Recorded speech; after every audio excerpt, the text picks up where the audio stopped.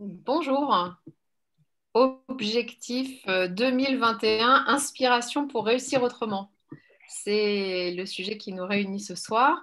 Des US à la France, des cas concrets d'initiatives créatives et de transformation collaborative. C'est donc le thème de cette heure d'échange.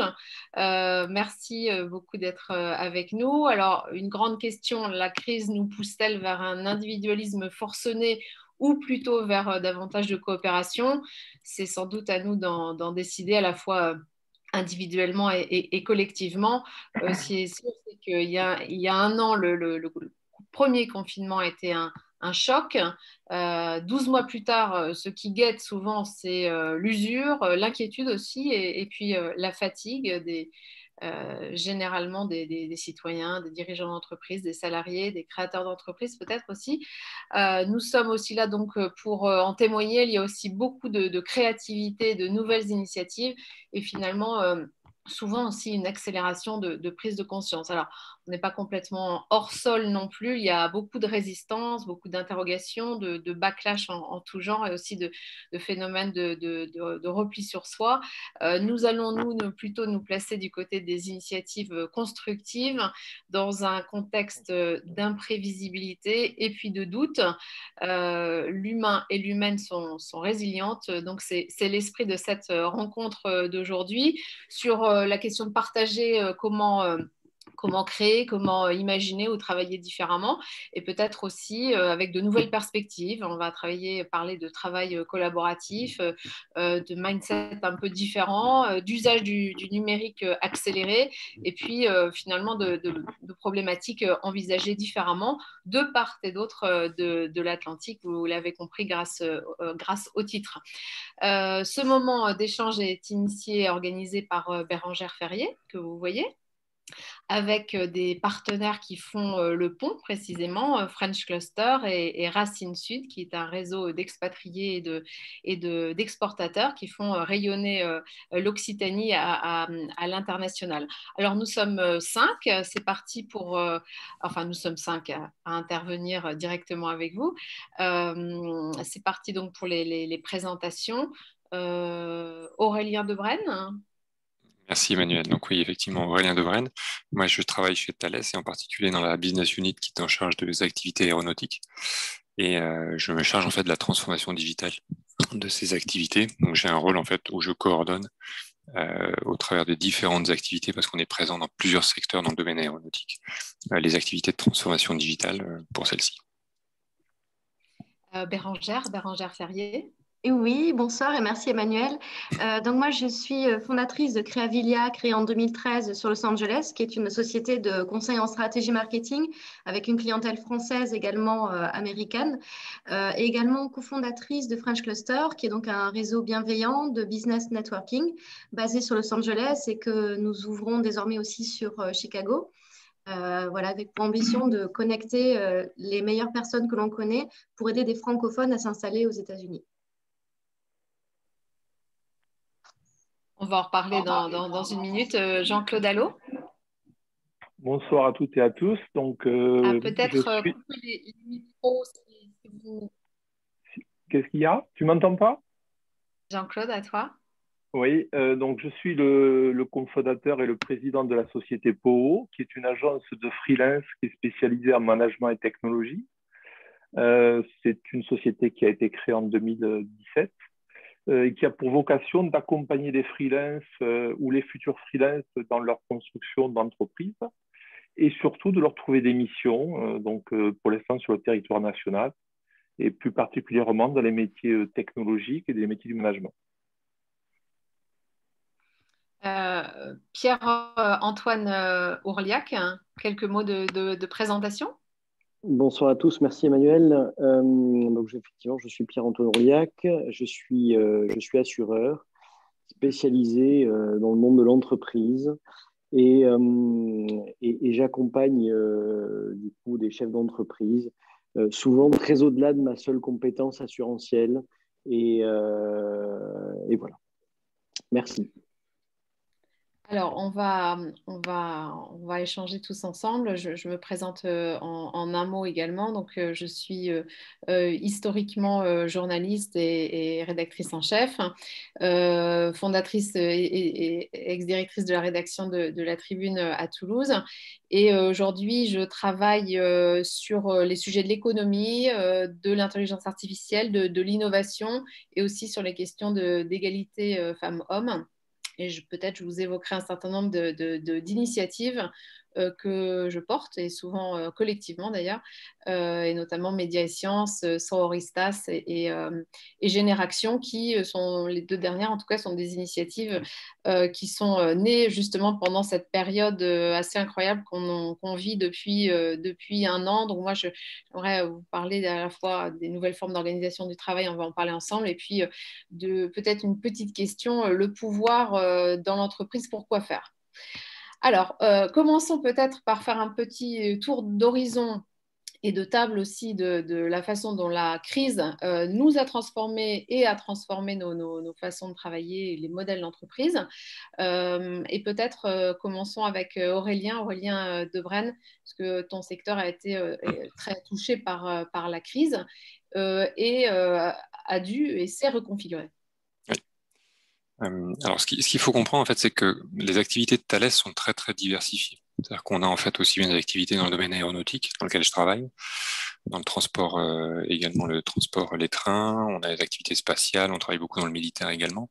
Donc, toute l'entreprise n'a pas été touchée de la même façon, très clairement, par la crise. Le domaine aéronautique est celui qui a le plus été impacté. Et on a été impacté, en fait, dans toutes les dimensions parce qu'on a plusieurs natures d'activités. On est depuis un certain nombre d'années, je dirais, porté par la croissance du trafic aérien. Cette croissance, en fait, amène les avionneurs, que sont Airbus, Boeing, Gulfstream, pour ne citer qu'eux, à avoir en fait une cadence de production. Et donc, on a une activité qu'on dit de première monte, qui fait qu'en fait, tant que le trafic aérien se portait bien et était en croissance, on a des activités de fournisseurs pour Airbus d'un certain nombre d'équipements. On est équipementier. Et puis ensuite, on a également une activité de revenus assez important côté maintenance, parce que quand les avions volent, les pièces s'usent, et donc il faut les maintenir. Et donc on a également cette partie-là. Et en fait, les deux ont été directement impactés par la crise. Et donc pour la première fois, depuis que Thales a des activités dans le domaine aéronautique, donc depuis plus de 50 ans, 70 ans pour certains secteurs, on a vécu une crise qui nous a vraiment très, très, très fortement impactés. Mais comme je le disais, comme le groupe est très diversifié, la première des réactions a été déjà de se retourner en fait en interne et de se dire comment est-ce que Thales peut jouer justement cette diversité entre ces différents domaines qu'ils n'ont pas tous touchés de la même façon pour pouvoir, entre guillemets, absorber le choc. Et donc en France, et on pourra faire le distinguo parce qu'on est très présent en France, mais on a également côté aéronautique une très forte présence aux États-Unis. En France, en fait, la décision a été prise au niveau du groupe dès le mois d'avril l'année dernière, quelque part de bloquer les embauches, et donc beaucoup de familles professionnelles, parce qu'on fait beaucoup d'ingénierie de solutions, mais comme je le disais, on a des techniciens de réparation, on a on a énormément de familles qui étaient touchées, et donc la décision a été prise au niveau du groupe de bloquer les embauches sur beaucoup de secteurs pour privilégier en fait la reconversion en interne. Et en fait, l'approche qu'on a retenue, forte des expériences qu'on a pu faire en fait par le passé, parce qu'on fait déjà, on a des expériences de création de centres de compétences à l'étranger. On va chercher des ressources à l'étranger pour développer un certain nombre de programmes, ce genre de choses. La décision a été prise au sein de Thales de créer un centre de compétences ingénierie où en fait les collaborateurs Thales qui font de l'aéronautique ont été intégrés dans ce centre de compétences, qui fait en fait qu'ils n'ont pas eu à changer en fait d'entreprise de contrat de travail, parce que Thales, comme je le disais, est très grand, donc en fait on a plusieurs entités juridiques, et donc tout en restant en fait avec leur contrat de travail tel qu'ils l'avaient, ils se sont mis en fait à disposition des autres unités du groupe, justement pour pouvoir en fait travailler sur des programmes ou des lots de programmes qui étaient sous-traités en interne. Et donc ça a permis en fait une organisation, je dirais, relativement agile et flexible, qui a permis de répondre en fait à cette réalité qui a eu une chute assez importante d'activité et donc une réduction nécessaire en fait dans beaucoup de secteurs côté aéronautique, et pour répondre par ailleurs à un besoin qui existe. Si on prend que le domaine du spatial, il y a encore 2 semaines, on a signé un contrat avec le Canada de plusieurs milliards qui amène en fait des appels d'air très importants sur des cycles relativement longs, comme ça dans les autres unités. Et donc par ce mécanisme en fait de création en fait d'un centre de compétences, on a pu réorganiser une partie des forces de travail pour les mettre au service des unités, des autres unités, sans en fait créer beaucoup de problématiques, parce que ce qu'on a vu également, et on pourra le détailler, c'est que les méthodes de travail, le télétravail, le travail à distance, voire l'organisation du travail a évolué. Et ce qu'on pensait encore impossible il y a quelques mois en termes d'organisation pour faire de l'ingénierie, de la co-ingénierie, du co-design, il fallait forcément se déplacer énormément. Bon, on s'est rendu compte en fait qu'on pouvait très bien avoir des gens à Bordeaux, Valence, Toulouse, et puis travailler avec les gens qui sont à Gennevilliers, qui sont autre part en France, voire à l'étranger. Et donc la combinaison en fait de tout ça a amené en fait aujourd'hui Thales en France à ne pas faire et à prendre un engagement vis-à-vis de l'État de ne pas faire de licenciement. Et ça a amené également une autre, je dirais, une autre perspective qui est assez intéressante, c'est autour en fait des formations et des compétences. Parce qu'en fait, nos collaborateurs, nous, on travaille beaucoup dans le domaine de l'aéronautique certifiée. C'est-à-dire qu'on fait de l'avionique, donc tout ce qui garantit en gros la sécurité du vol. Et donc il y a toutes des caractéristiques en fait très spécifiques autour de la certification et donc des compétences qui sont quand même assez particulières. Et donc on s'est posé la question à un moment sur ces ingénieurs qui rejoignaient le centre de compétences, comment est-ce que avec leur background d'ingénieur, on allait devoir les former pour pouvoir répondre à d'autres natures d'activités, toujours dans le domaine de l'ingénierie, mais avec d'autres caractéristiques, d'autres spécialités, parce que le transport aérien et le transport terrestre, c'est pas toujours la même chose, etc. Donc il y a tout un programme également, et qui est en cours d'ailleurs, ce n'est que le début, pour se projeter et du coup projeter les collaborateurs pour garder en fait les collaborateurs qui sont en fait dans ce centre de compétences, garder l'intérêt et garder en fait cette fibre qui leur permet de répondre à d'autres besoins en termes de compétences, et également continuer de les former pour que quand la crise passera, et la vision qu'on a, c'est plutôt 2024-2025, où les programmes au niveau des avionneurs, par exemple, redémarreront. Donc on aura à nouveau des programmes de développement d'équipement. Ces collaborateurs aient gardé en fait leurs compétences, voire et plus de compétences, parce que travaillant sur d'autres domaines, ils auront acquis, que ce soit sur des méthodes, des architectures, ils auront acquis d'autres choses, et on maintient également leurs compétences assez spécifiques dans le domaine de l'aéronautique et de la certification en particulier, pour que ils restent en fait tout à fait, je dirais, employables au sein de nos activités aéronautiques. Donc voilà, ça c'est un petit peu le gros de la façon dont on a approché le sujet côté ingénierie. Et ce qu'on fait également, je parlais de maintenance et de réparation, comme la flotte en grande majorité a été clouée au sol, on a beaucoup de nos centres de réparation qui se sont retrouvés en fait en très forte sous-activité. Et ce qu'on a fait au sein du groupe, c'est que un certain nombre d'activités de maintenance qui étaient en croissance et qui étaient prévues d'être montées soit à l'étranger, soit ailleurs en France, et il a été décidé de les localiser sur les sites où on avait des activités de maintenance côté aéronautique. C'est comme ça, par exemple, qu'à Châtellerault, on s'est mis à faire de la maintenance sur un certain nombre de radars, ce qu'on n'avait jamais fait. Et on s'est rendu compte, en fait, au travers de ces expériences qui sont un petit peu forcées en interne, qu'on avait une capacité en fait de réorganisation et d'adaptation beaucoup plus rapide que ce qu'on avait pu imaginer, ou que ce qu'on programme lorsqu'on fait un programme en se disant on va réorganiser une activité industrielle sur un site. En général, on prend des mois, si c'est pas des années, pour faire des plans et des plans et des plans avant de mettre en œuvre, alors que là, un peu de façon forcée, on a forcé les choses, et on se retrouve en fait avec des situations qui sont relativement, si ce n'est très positives en termes de mise en œuvre et de montée en cadence sur ces activités de réparation, pourtant sur des domaines d'activité qui n'étaient pas ceux sur lesquels les collaborateurs travaillaient d'habitude. Donc voilà, c'est pour vous donner 2 exemples de reconversion, d'agilité au sein d'un grand groupe comme le nôtre. J'imagine que cette reconfiguration finalement du travail d'équipe résonne fortement pour toi, Jean-Claude. Jean-Claude Allot, puisque justement tu as mis en œuvre depuis la crise, une initiative qui s'appelle Transformation, avec justement cette idée d'un collectif aussi d'experts qu'on peut mobiliser en fonction des sujets, de façon assez agile aussi. Oui, tout à fait. Mais je voulais juste rebondir sur ce que disait Aurélien par rapport au télétravail, puisque le métier de POO, c'est de mettre en relation des freelances avec ses clients. Et pendant des années, on avait cette difficulté parce que souvent, un freelance souhaite travailler un tiers de son temps ou certains 100% de leur temps en remote, justement de chez eux. Et pendant des années, c'était quelque chose de totalement impossible. Et aujourd'hui, cette crise, justement, a montré que c'était du domaine du possible. Et c'est pour ça que je pense que le freelance aura sa place dans ce redémarrage d'activité. Il faut savoir qu'aujourd'hui, POO, depuis sa création, c'est quand même plus de 5000 candidats qui ont été contactés et avec 1000 POWorkers, donc c'est des gens qu'on a qualifiés et qu'on trouve intéressants dans le modèle POO pour travailler avec nos clients, parce qu'on est en direction directe avec nos clients et c'est nous-mêmes qui contractualisons avec les clients. Et fin 2019, on était dans une belle croissance. On avait pour 2 objectifs, c'est de développer le modèle partout en France et aussi d'asseoir le positionnement que l'on a dans le domaine du management.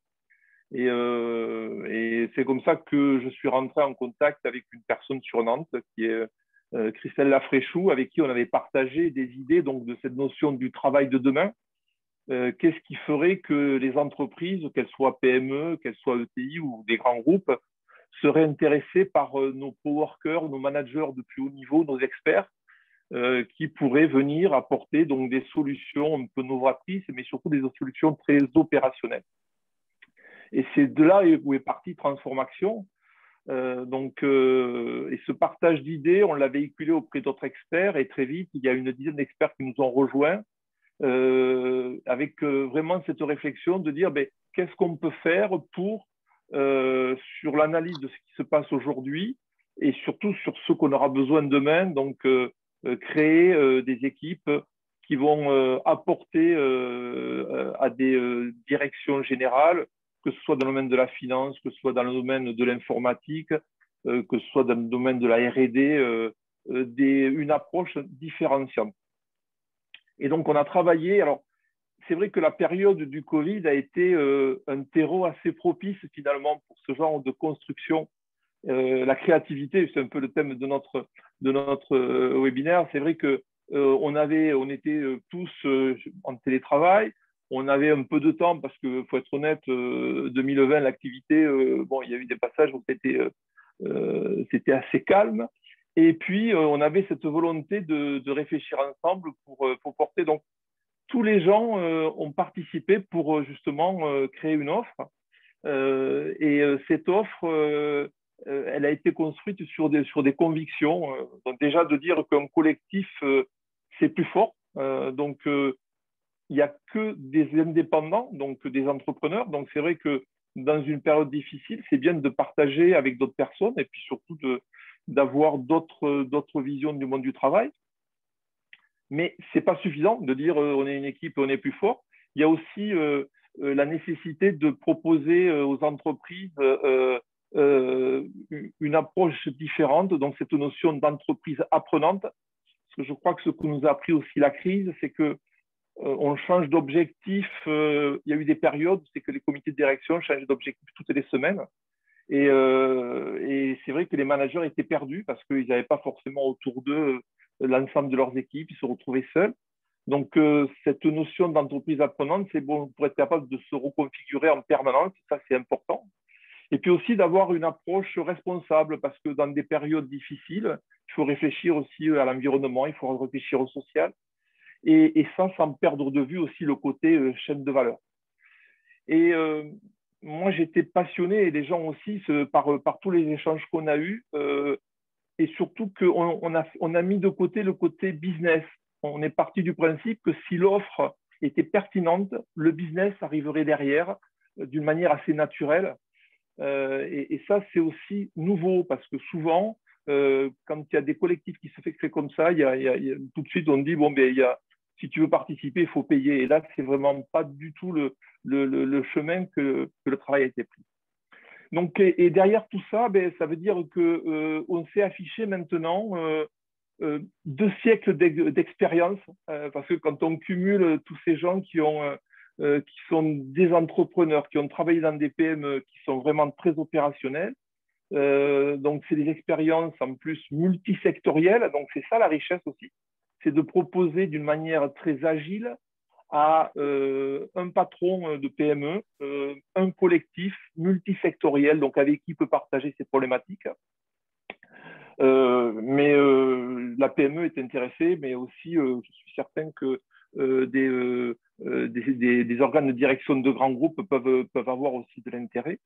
On parle aussi d'une entreprise étendue, parce que si on est multi-compétences, ben, on va apporter des solutions dans les domaines collatéraux. Une des difficultés aussi d'un entrepreneur, alors d'un solo-entrepreneur, j'aime bien les appeler comme ça, parce qu'au moins ça le caractérise bien, ce freelance, c'est que souvent il a un interlocuteur, mais il s'est donné que ce qu'il possède de lui, d'expérience, de connaissances. Et là, le fait d'être à plusieurs, ben, il peut dire, ben, tiens, j'ai dans ma garde rapprochée des gens qui ont des compétences qui peuvent vous aider. Et l'offre qu'on a construite, eh ben, elle est sur mesure, elle est co-construite avec le client final. Et ça, c'est important. On n'est ni une société de conseil, ni un manager de transition. La société de conseil va être là pour poser de la stratégie, avoir des discussions avec de grosses présentations. Le manager de transition, il va être un peu seul dans l'entreprise, il va avoir une mission dans un temps défini pour remplacer ou compenser le départ. Nous, on arrive là avec un pool de personnes, et le premier échange, c'est un petit peu un échange comme aujourd'hui. C'est là aussi où je pense qu'il y a une évolution dans notre approche du business, c'est la visioconférence. Enfin, moi, personnellement, j'ai trouvé ça de Toulouse. J'ai pu travailler sur Paris sans problème en période de crise, alors que souvent, quand on appelait pour prendre des rendez-vous, c'était impossible. Là, les gens acceptaient l'émission. Et là, je pense que quand on est capable d'apporter dans une réunion de 45 minutes un collectif de ce type-là, c'est assez exceptionnel. Ça peut faire un partage et un échange très intéressant. Ouais, mais après, derrière, il y a un diagnostic qui est important. Bérangère peut témoigner qu'on n'a pas besoin d'être dans la même salle de réunion, ni même dans le même pays, ni même sur le même continent pour avancer des projets très créatifs. Pardon Jean-Claude, et je voulais donner la parole Non, à pas de Bérangère. souci, excuse-moi. On continue. Oui, tout à fait. Et merci Emmanuel de me donner la parole sur le sujet. Effectivement, pour aller dans la suite de Jean-Claude, nous, chez Creavilia, par exemple, on est sur un modèle totalement en remote depuis le début de la création de cette équipe que moi, j'ai créée à peu près entre 10 et 12 personnes permanentes, mais qui travaillent à distance depuis le début. Et qui sont finalement jamais dans le même bureau et pourtant sur les mêmes projets et les mêmes clients. Et qui sont salariés ? Pardon ? Et qui sont salariés ? Et qui ne sont pas salariés, qui sont indépendants. Voilà, et c'est un choix de ne pas reproduire le même business model que moi j'ai vécu pendant des années en tant que salarié dans un grand groupe de conseillers en communication côté en bourse, qui avait un modèle très classique finalement avec des bureaux, des gens dedans et une pression commerciale forcément. C'est normal, c'est ce modèle-là. Pour s'enlever tout ça, pour être plus flexible, pour pouvoir choisir aussi le lieu d'où je veux travailler et pouvoir être mobile de façon permanente. L'idée, c'était vraiment d'avoir déjà, tout commence par les clients, donc déjà, il faut trouver ses clients et ensuite construire des équipes sur mesure. Mais en tout cas, c'est un mode de fonctionnement qui a permis de développer une clientèle internationale et de ne pas avoir énormément de contraintes finalement, et d'être plutôt mobile et d'être proche des clients quand on le souhaite, mais de pouvoir aussi travailler à distance la plupart du temps.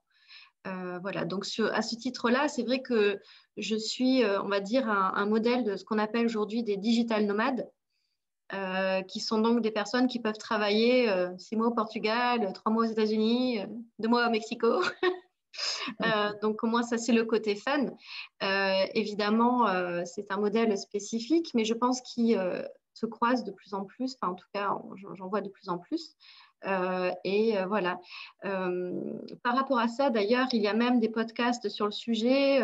J'ai une personne que j'ai formée à l'époque en agence et qui désormais a sa propre structure qui s'appelle Tandem Nomade, qui est en fait une série de podcasts. Donc, Amel est basée sur New York.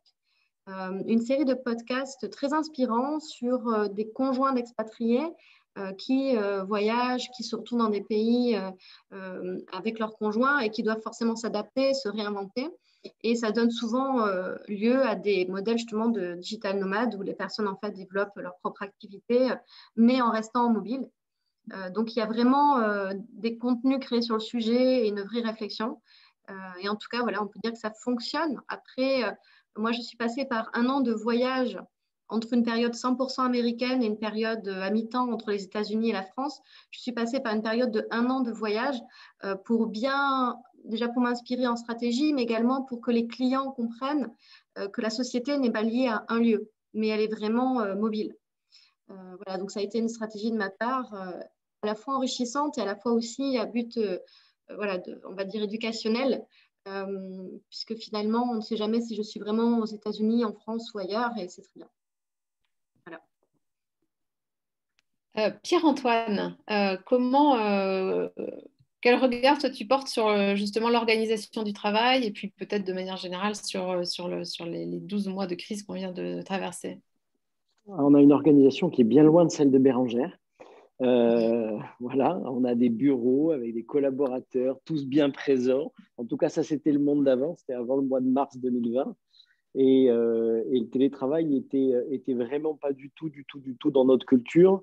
Pas vraiment de besoin, pas vraiment d'envie, et pas vraiment de collaborateurs non plus d'ailleurs en demande.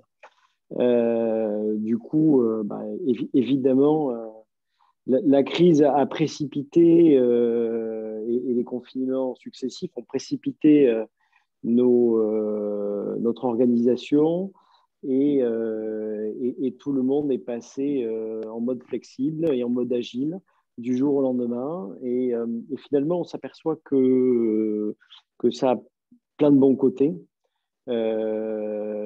que nos collaborateurs et nous-mêmes avons une capacité de recul sur un certain nombre de sujets qu'on n'a pas forcément quand on est au bureau avec du monde autour.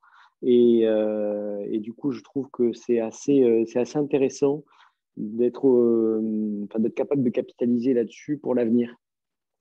Voilà, en espérant surtout que le monde de demain ne soit pas le monde d'hier, en dégradé peut-être. Donc, que toutes ces inspirations puissent perdurer dans l'avenir et nous permettre à tous, y compris dans nos entreprises où le télétravail n'était vraiment pas du tout la règle ni la norme, de devenir des entreprises flexibles avec cette capacité-là du jour au lendemain de passer du télétravail au mode présentiel. Voilà, pour ce qui est de mon regard sur la situation, oui, je crois qu'il y a plein de bons exemples à prendre en compte, plein d'aspirations, c'est le thème de la soirée, mais il y a plein d'inspirations sur lesquelles il faut capitaliser, mais il faut surtout qu'on capitalise et qu'on investisse dessus pour que ces inspirations d'aujourd'hui soient vraiment le monde de demain et qu'on fabrique quelque chose qui soit nouveau, innovant et surtout pérenne dans le temps. On va évoquer avec toi tout à l'heure peut-être un certain nombre de dispositifs et de soutien justement à la fois aux entreprises et aux entrepreneurs, aux entrepreneuses. Peut-être une question pour Aurélien Debrenne sur l'organisation du travail. La création de centres de compétences a fait évoluer, j'imagine, la façon dont les ingénieurs, les ingénieuses travaillent. Est-ce que les décisions se prennent de la même façon? Qu'est-ce qui a changé? Alors, avant de répondre à cette question directement, je vais rebondir sur ce que disait à l'instant Pierre-Antoine.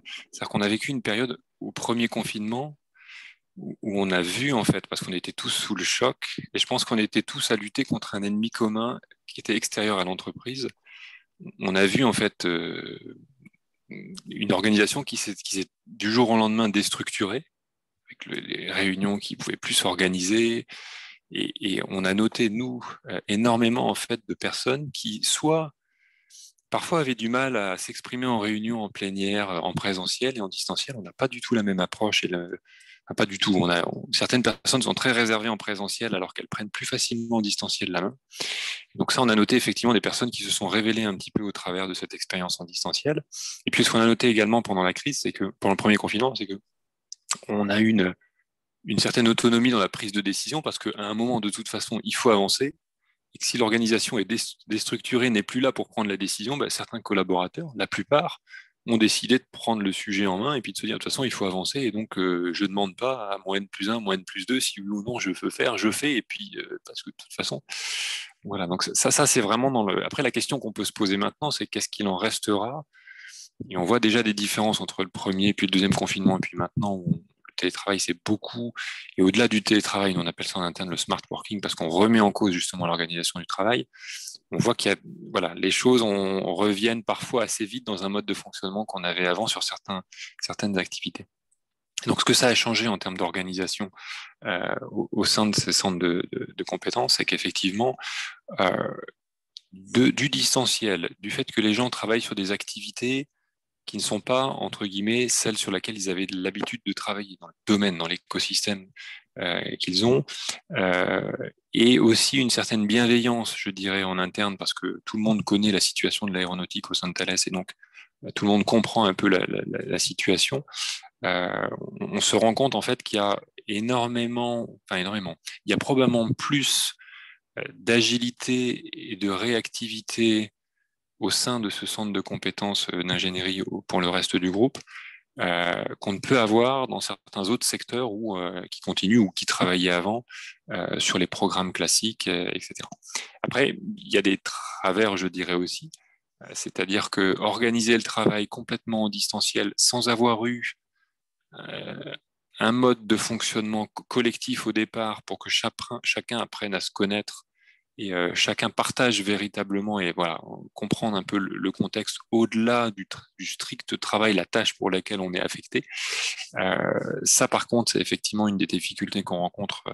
C'est que, en général, pour être quand même le plus efficace possible, il faut un moment que les gens puissent se retrouver, partager quelque chose au départ pour bien se comprendre les modes de fonctionnement, puis ensuite pouvoir, je veux dire, repartir et travailler le plus efficacement en distanciel, surtout quand on est sur des programmes qui ont quand même un contexte, je dirais, avec un client et des contraintes qui sont assez nombreuses en termes d'ingénierie de développement, par exemple.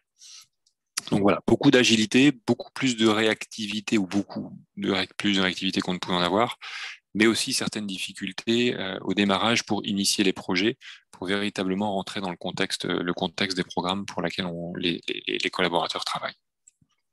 Alors, je rebondis peut-être sur ce que vous avez dit les uns et les autres à l'instant, et notamment sur l'organisation du travail et sur les évolutions, disons, moyen-long terme, avec peut-être de mon côté mon propre témoignage. Je pense que ma trajectoire personnelle s'inscrit complètement dans un phénomène qui est très global et que je constate aussi beaucoup autour de moi et au-delà, et qui a bien résumé, je pense, Jean-Claude, et aussi d'une certaine manière Bérangère. Y a un livre qui vient de paraître qui s'appelle Merci, mais non merci, qui est sorti il y a quelques jours et que j'ai lu et que je trouve très intéressant. Il est écrit par une femme qui s'appelle Cécile Alix, et elle parle d'un monde du travail périmé. Qui est construit sur des schémas qui ne nous conviennent plus. Elle parle, alors elle a faux. Bon, c'est un sujet déjà pas mal abordé, mais elle met le focus vraiment sur les femmes et elle cite elle enquête en fait sur les femmes qui ont des carrières assez prestigieuses, qui sont soit avocates, soit consultantes, managers, etc. Et des femmes qui, à un moment, ont fait le choix de finalement quitter ces postes à responsabilité, ce qui peut être vu comme un échec, mais qui n'en est pas un, de son point de vue, et du mien aussi d'ailleurs. Et d'ailleurs, elle explique que justement, ces femmes créent souvent leur propre job, créent leur propre entreprise. Et elle voit ça comme une tendance, en fait, une tendance de fond, et elle voit même les prémices de l'invention d'un autre monde du travail. En quelque sorte, elles seraient les pionnières qui tentent d'essayer de trouver une autre définition à leur carrière. Et parce qu'évidemment, aussi pour les femmes, et encore plus que pour les hommes, il y a la question de la combinaison, de la cohabitation avec la vie personnelle. Bon, personnellement, moi j'ai 4 enfants et je pense que je l'ai beaucoup dit, mais c'est un fait. Pendant 10 ans, je pense que j'ai fait comme si je n'en avais pas.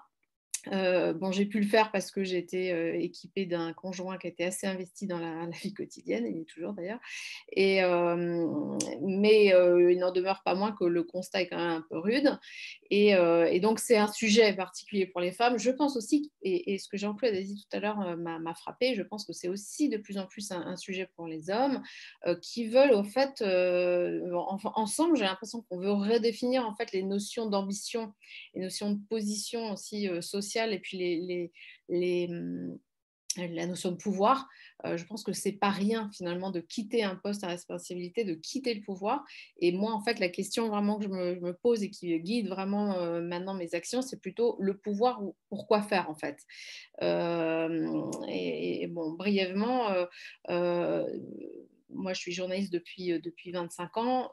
Actuellement, je suis en train de créer ma propre structure, et en fait, mon ambition, c'est vraiment de penser le changement. Donc, je travaille sur des sujets, j'ai dit tout à l'heure, hein, l'économie, l'intelligence artificielle, globalement l'innovation.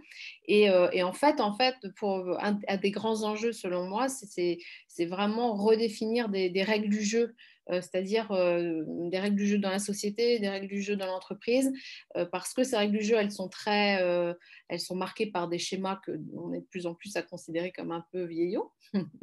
Et alors, moi, je suis toujours passionnée évidemment par l'innovation, par la tech, etc., mais avec un prisme différent. Et par exemple, sur les sujets d'intelligence artificielle, je pense que c'est intéressant en tant que technologie et en tant que domaine de recherche scientifique, mais c'est à penser aussi dans un objectif de société inclusive à l'égard des minorités, pour favoriser la diversité, et puis bon, aussi pour favoriser, pour représenter justement les femmes dans ces nouveaux outils en fait qui vont être extrêmement utilisés dans la société.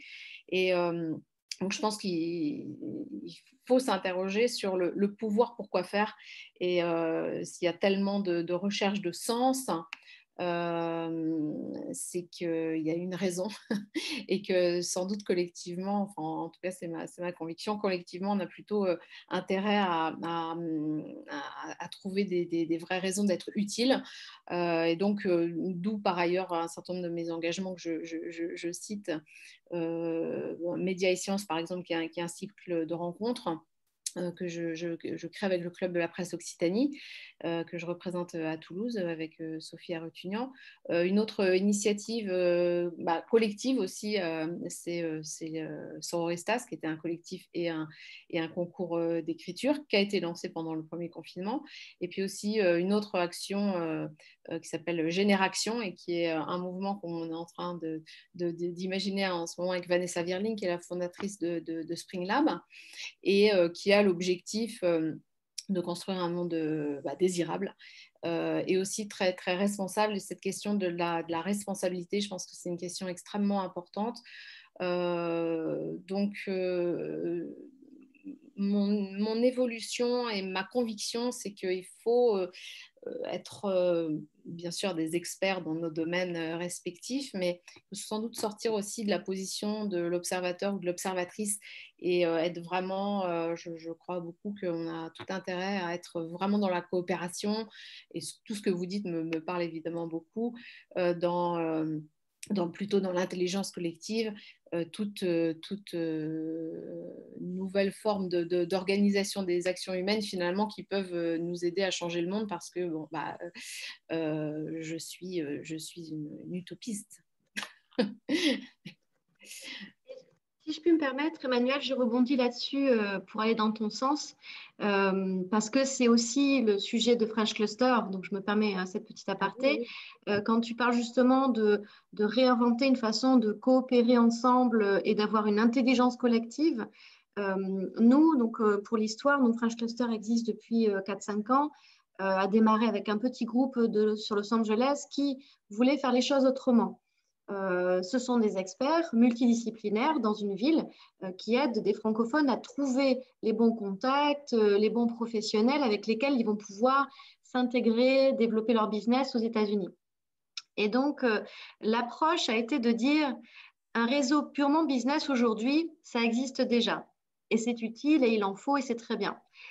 La différence que l'on pouvait apporter, et c'est ce que l'on fait aujourd'hui, c'est d'amener une notion de bienveillance. Avec des valeurs d'excellence et avec du coup un fonctionnement qui est à contre-pied de ce qu'on voit d'habitude, c'est-à-dire que c'est un réseau une communauté qui finalement ne paye aucun membership.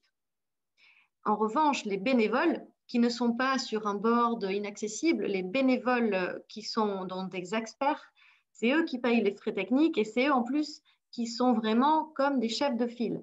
Moi, je représente le marketing stratégie. Tout professionnel qui vient aujourd'hui sur Los Angeles n'est pas perçu comme un concurrent, mais est perçu comme quelqu'un que moi, je vais aider à trouver sa place sur le marché. Donc, en fait, on switch totalement une vision un peu égocentrique en se disant, à plusieurs, on est plus fort, en fait. Il y a de la place pour tout le monde.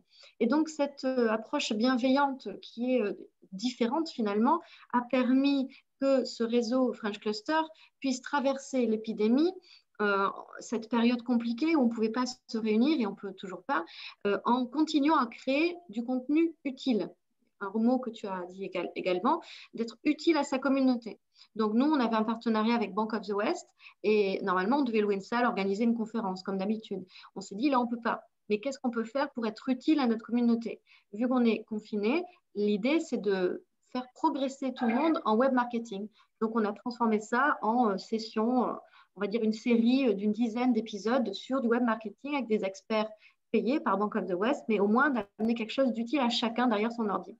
Voilà, donc c'est une petite aparté pour dire peut-être que c'est aussi grâce à cette approche bienveillante, différente, de vouloir être utile à notre communauté, qu'on a pu non seulement traverser cette période compliquée, mais également avoir la fierté d'avoir un groupe aujourd'hui sur Chicago qui s'est reconnu dans ses valeurs et qui est content on va dire, d'ouvrir un chapter local et on espère qu'il y en aura d'autres. Donc, finalement, dans un contexte difficile, ça s'est transformé en opportunité parce qu'on a pu peut-être faire la différence.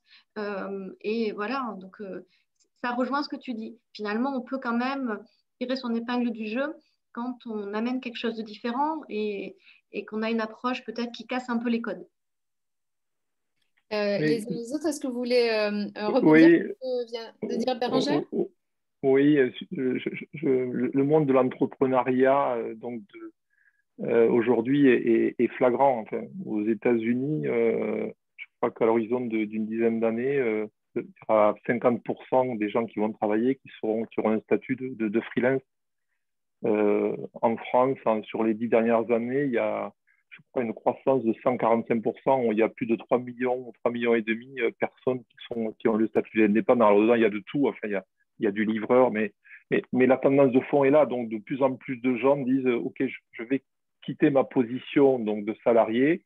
Et comme tu le disais, Emmanuel, des fois des positions de cadre de haut niveau pour aller vers quelque chose où je vais pouvoir concilier à la fois un côté professionnel de qualité, mais aussi une qualité de vie dans laquelle je vais pouvoir m'occuper de mes 4 enfants d'une manière un peu plus organisée et moins subie. Et ça, à l'heure actuelle, il y a des statistiques qui donnent que 90% des freelances le font par choix. Je pense que si on avait la réunion qu'on a aujourd'hui, à l'époque, il y a 10 ans, ce serait 90% des gens qui le font parce qu'ils n'ont pas d'autre solution. Et c'est pour ça que ce côté d'indépendant, ben moi, c'est ce que je prône aux clients, c'est de dire, vous avez là des gens qui sont responsables, qui ont fait un choix, et quand vous les avez en face, ils s'engagent avec vous sur un projet. C'est leur responsabilité.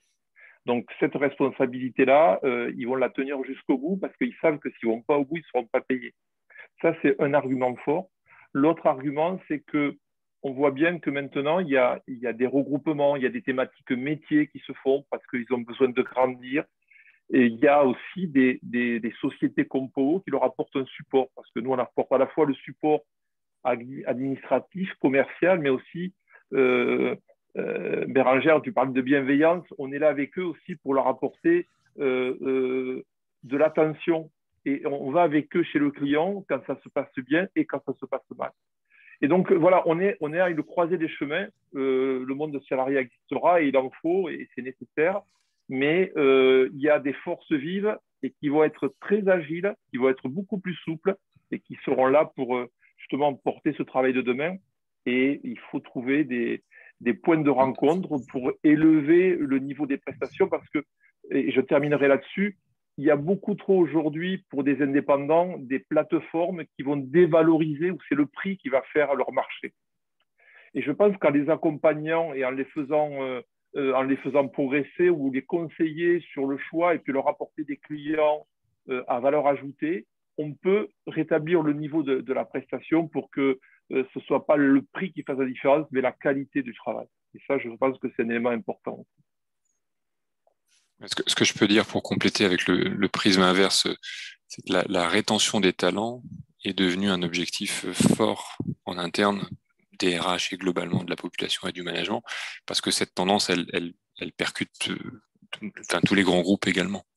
Et donc cette problématique, effectivement, de dire il faut que le travail ait le plus de sens possible, parce que sinon, si on donne pas de sens au travail, de toute façon, il y a cette opportunité maintenant et cette ouverture que les gens, les collaborateurs ont pour sortir du monde du travail, impacte même les grands groupes, même ceux comme Thales, qui ont plutôt une très forte notoriété et qui sont très très bien vus dans le monde du marché, du monde du travail. C'est un objectif numéro, peut-être dans le top 3 de nos RH actuellement, la rétention des talents. Pierre-Antoine, est-ce qu'on peut peut-être évoquer ensemble les aides en cours parce qu'elles sont très nombreuses et peut-être en particulier les aides qui concernent la transformation numérique et puis le soutien aussi aux entrepreneurs? Oui, merci Emmanuel. Je vais essayer d'être assez bref et je ne serai certainement pas exhaustif vu la quantité de mesures d'accompagnement qui sont actuellement en cours. Il y en a, j'en ai recensé environ 110. Donc effectivement, à moins qu'on y passe la nuit, je vais tirer quelques-unes qui me paraissent être intéressantes ou importantes. Mais avant ce volet-là, je voudrais parler de. On vient de parler de crise et comme toute crise et comme on a aussi des chefs d'entreprise qui sont en difficulté et je crois qu'il faut, on parlait de bienveillance aussi, j'ai entendu ce mot-là plusieurs fois ce soir, et il y a au sein de la région une cellule qui s'appelle Occitanie Soutien aux entrepreneurs, OSE, qui est là pour accompagner des chefs d'entreprise qui auraient des difficultés et qui souhaiteraient, des difficultés psychologiques liées à ces événements-là et qui voudraient avoir une écoute un peu attentive. Du coup, il y a une cellule qui a été mise en place et qui est prise en charge évidemment à 100%. Et je ne suis pas convaincu que tout le monde ait connaissance de ça. Pour ce qui est des aides et autres financements, je crois que les gros groupes ou les grands groupes ont des cellules de veille et je pense qu'Aurélien ne me contredira pas. Je te confirme, effectivement. On est très aguerris sur ces sujets-là. Voilà. Et qui du coup font le boulot. Les startups sont aussi très accompagnées parce que c'est le mode de fonctionnement de la startup d'aller chercher des aides pour démarrer. Mais par contre, les PME et ETI dont le chef d'entreprise et l'encadrement ont la tête dans le guidon, et tout particulièrement dans cette situation où effectivement l'agilité a obligé à quand même réorganiser tout et à se et à se monopoliser ou à monopoliser ses efforts sur ces sujets-là, on n'a pas forcément levé la tête pour aller regarder ce qui se faisait. Aujourd'hui, l'ensemble la région, le ministère de l'économie dans le cadre du plan de relance, la BPI ont mis en place un certain nombre d'aides. Je vais citer 2-3 exemples. Il y a des accompagnements au financement que la région Occitanie a mis en place, qui s'appelle le Pass Relance Occitanie, et qui permet de soutenir les entreprises dans leurs projets de reprise d'activité post-crise. Et du coup, on peut aller chercher de l'aide jusqu'à 60 000 euros pour pouvoir bénéficier d'un certain nombre bien évidemment, bénéficier de fonds pour pouvoir lancer un certain nombre de projets. IA Booster aussi. IA Booster, voilà. c'est particulièrement digital. Absolument, c'est particulièrement digital. C'est dans le cadre du plan de relance, là, pour le coup, du ministère de l'économie. Et le IA Booster a pour objectif d'accompagner la transformation numérique des entreprises.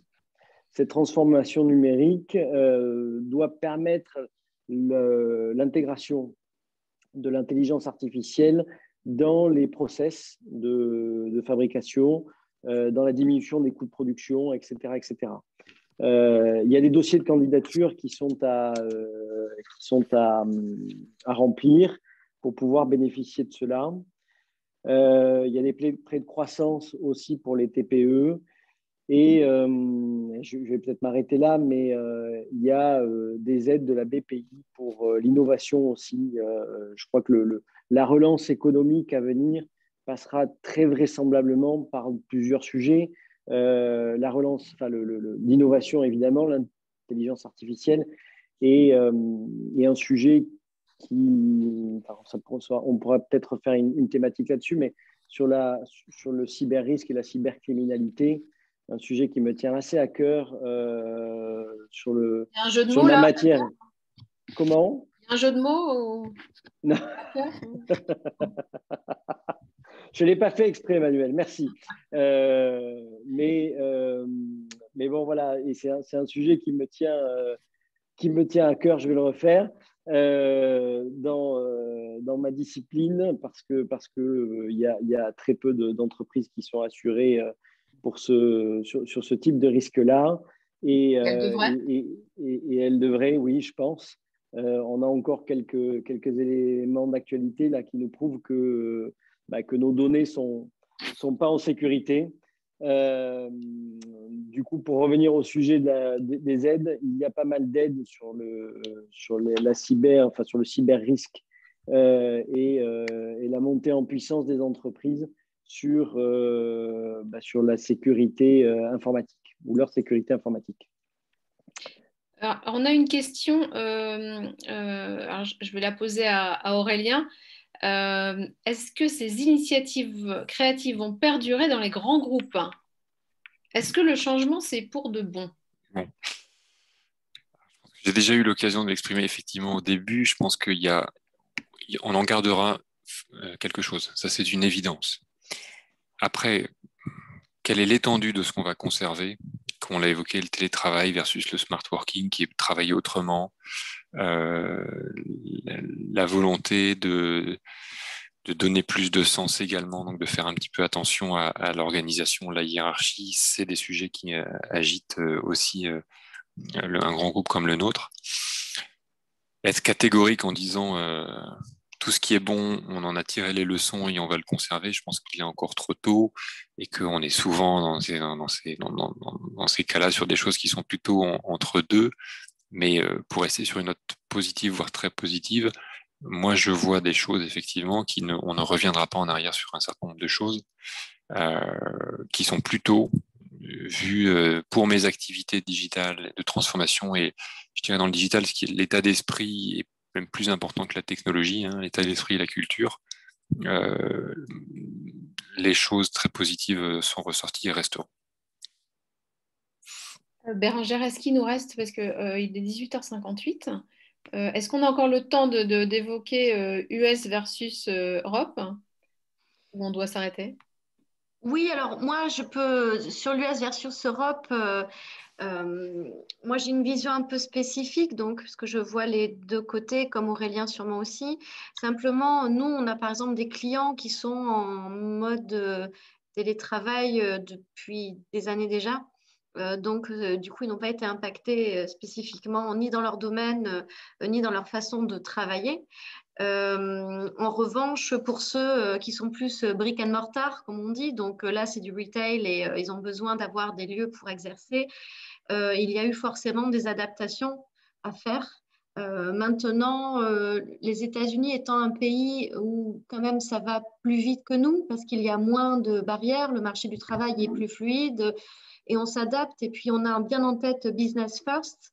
Donc on voit finalement que pas mal d'industries qui ont pu s'adapter l'ont fait très rapidement. Voilà, dans l'entertainment, l'industrie a été à l'arrêt les premiers mois, évidemment, février, mars, avril, mais ensuite, tout ce qui a été vidéo à la demande, plateforme de streaming, finalement, a repris de plus belle. Et on a dû, nous, travailler sur des TV shows pour pitcher des broadcast networks, des plateformes de streaming, finalement, voilà, comme avant, voire plus, parce qu'ils avaient vraiment besoin de contenu. Voilà, d'autres secteurs plus sinistrés, plus touchés ont eu de toute façon des difficultés, mais finalement, ceux qui s'en sortent, c'est ceux qui ont réussi à avoir des idées créatives et à casser les codes et à se dire tant pis, j'y vais, je fais autrement, je réinvente mon business model. Voilà. Pour finir, des clients dans l'industrie musicale, qui est quand même un sujet compliqué en ce moment pour la partie live. Eh bien, il y a eu un gros accompagnement, une réflexion sur comment développer du merchandising, par exemple, quand ça va repartir, comment être plus efficace, comment pouvoir permettre à toute l'industrie musicale d'utiliser des systèmes plus innovants, plus efficaces commercialement, parce que les artistes auront besoin d'en vivre, feront peut-être moins de public, moins de concerts, mais ont besoin de créer plus de valeur et plus de chiffre d'affaires. Oui, si je peux juste compléter très rapidement, en moins d'une minute, sur l'aspect international et plus en particulier US, c'est qu'on a une très forte présence aux États-Unis pour tout ce qui est divertissement à bord des avions. On a une filiale qui est quasiment exclusivement aux États-Unis et la crise les a touchés de plein fouet comme toutes les activités et on voit une différence flagrante. Mais c'est vrai qu'il faut apprécier que le marché du travail est radicalement différent puisque autant en France, en fait, comme je l'ai indiqué, on n'a pas licencié de personnes jusqu'à présent, autant aux États-Unis, la division a perdu la moitié de ses effectifs, avec des vagues successives de départ. Mais encore une fois, le marché du travail est très différent. Et si je vois pour l'entreprise, il y a certains aspects qui sont destructeurs de valeur parce que certains collaborateurs qui étaient des collaborateurs clés, évidemment, sont partis, même si je ne faisais pas partie des vagues de départ parce qu'ils se sentent remobilisés, ils sont partis dans le domaine médical, ils sont partis dans d'autres domaines d'activité. Et donc l'un des enjeux, ça devient la gestion de la connaissance au sein d'une entreprise comme ça, où vous avez, même si on est un grand groupe, sur certaines activités, on a au final quelques experts qui connaissent un sujet, et s'ils s'en vont, vous vous retrouvez du jour au lendemain sans expertise. Alors on peut faire appel aux experts du réseau au sein du groupe, mais quand on en a besoin sur un programme en particulier, qui plus est aux États-Unis, alors que les autres experts sont ailleurs dans le monde, c'est plus compliqué, quoi. Donc c'est vrai qu'une adaptation complètement différente pour Thales, ou du moins sur les activités aéronautiques entre les États-Unis et la France, ça c'est indéniable. Un petit mot peut-être de conclusion, Jean-Claude Allot et Pierre-Antoine Orliac. Jean-Claude, ton micro. Excusez-moi. Non, mais on est tous de secteurs différents et je pense qu'on est tous convaincus que ce qu'on est en train de vivre aujourd'hui va à la fois modifier beaucoup de comportements dans le monde du travail, mais on n'a pas encore tous les éléments pour dire qu'est-ce qui va en rester complètement. Mais ce que je crois vraiment, c'est que la valeur qui qui restera, c'est tous les gens qui auront confiance à leurs compétences. Ils vont pouvoir se vendre, qu'ils soient salariés ou qu'ils soient indépendants. Et c'est là où tous ces gens-là qui ont vraiment des choses à apporter, des notions de créativité, d'être entrepreneur, mais pas seul, d'une manière collective. Il faut que tous, on arrive à les aider pour justement apporter des résultats dans l'entreprise et que ce ne soit pas des choses ponctuelles, mais que ce soit des choses qui durent. Et parce que c'est cet investissement qui va faire que l'on va pouvoir redresser des pans d'activité, parce qu'il y a un investissement à faire et ça sera cette relance qui va se faire avec beaucoup, beaucoup d'agilité. Pierre-Antoine? Brièvement, effectivement, je crois que ce changement, il était sous-jacent et il a été mis en exergue par cette crise du Covid. Les organisations se sont refondues et c'est une bonne chose. Maintenant, je crois qu'il faudra être vigilant pour que ces innovations des structures du monde du travail perdurent. Voilà. Parce que la qualité de vie au travail et le fait que les collaborateurs soient, je crois que ça a été beaucoup dit, mais viennent travailler avec entrain et envie de rester et envie de participer à la culture de l'entreprise, c'est relativement important, voire essentiel. Et tout ça fait que j'espère qu'il restera bien effectivement quelque chose de tout ce qui vient de se passer. Bérengère, peut-être tu veux conclure? Oui, alors déjà, je remercie tout le monde, en tout cas d'avoir participé. Emmanuel, merci de nous avoir guidés et voilà, pour cet entretien, cette conférence très, très enrichissante. Je pense que chacun, avec notre angle différent, nos expériences spécifiques, on a finalement essayé de témoigner de ce que nous avons vu dans cette remise en question de beaucoup de modèles de travail, de collaboration, pour finalement se dire il y a toujours une façon d'être créatif, il y a toujours quelque chose à réinventer, que ce soit en étant plus fort, en étant ensemble, que ce soit en étant plus indépendant finalement et en s'affranchissant de certaines règles. Je serai salarié, non, pourquoi? Peut-être qu'on peut être indépendant aussi, en réorganisant le travail.